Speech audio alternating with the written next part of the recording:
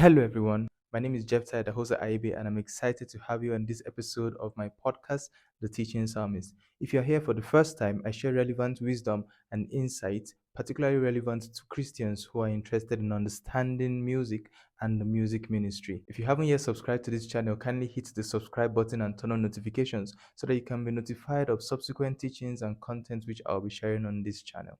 Today, I want to talk about a matter that concerns me a lot. I've been to quite a number of meetings and I've heard worship leaders use different tactics and gimmicks in order to get the people to respond in worship in the way that they want. I've heard some worship leaders speak in ways that sounded mean, rude, and manipulative, all in a bid to get the people to respond the way they felt they wanted to respond. I believe that you do not have to coerce and manipulate people into responding in worship. Your job as the worship leader is to lead people into the place where they can freely express themselves in worship to God. You are the worship leader, not the worship enforcer.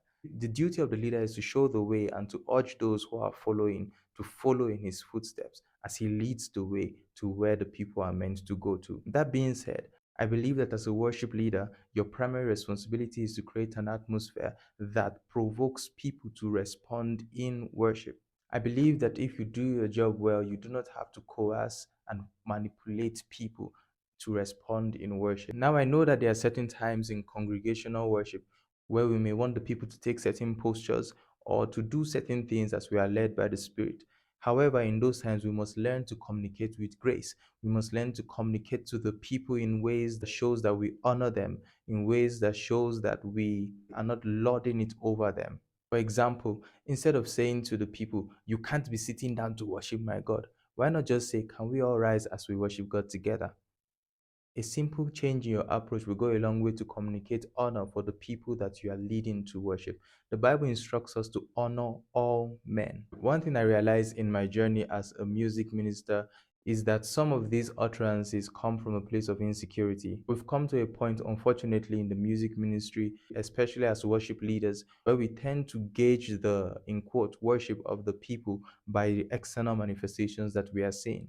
For instance, I stay in Nigeria, and most worship leaders around here can hardly stomach the thought of leading people in worship while the people sit.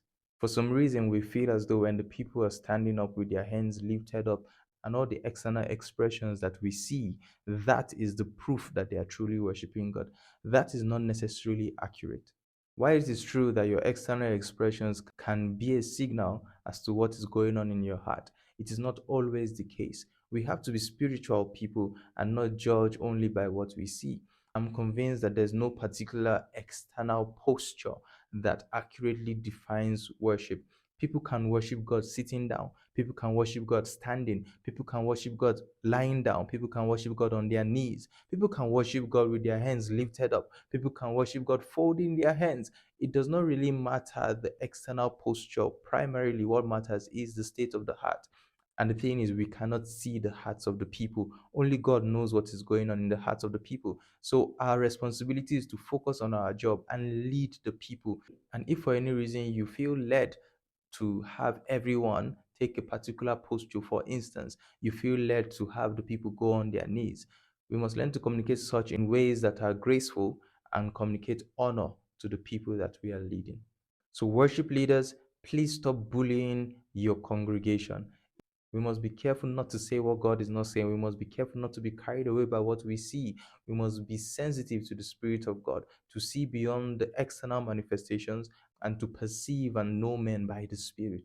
You might go to certain places and see people jumping and shouting and screaming, and yet all of that is being done in the flesh. And you might go to certain other places and see people seated quietly and solemnly, and that is being done in the Spirit. And the reverse is also the case. The Spirit of God can manifest in different ways. Let us not create boxes and make it seem as though people have to respond in a particular way for the worship to be effective. Let us not create boxes and make it look as if people have to always be doing this or doing that. If not, it's not a powerful session. The Lord is that Spirit, and where the Spirit of the Lord is, there is liberty. God can choose to manifest Himself in different ways. So, as a worship leader, be open to the leading of the Spirit of God. Be open to the diverse manifestations of the Spirit of God. and learn to be graceful in your words. Learn to be graceful in your leadership. Communicate honor to the people. Communicate grace to the people. Do not bully people into compliance with what you want them to do. Do not step on their rights and their dignity just because you are holding a mic before them. Honor people and be deliberate about communicating that honor in your ministry. Remember that you are royalty and behave like such. Thank you for watching this episode of my podcast. I trust that you gained something. Do share your thoughts with me in the comments. And if you have any questions, drop them in the comments also. I'll do my best to respond to your questions either in the comments or in subsequent videos that I'll be sharing. If you haven't subscribed to this channel yet, kindly do so. Hit the subscribe button below and turn on notifications so that you can be notified of subsequent teachings and contents that I'll be sharing on this channel. My name is Jeff Tyler, host of IEB, the Teaching Psalmist. See you next time.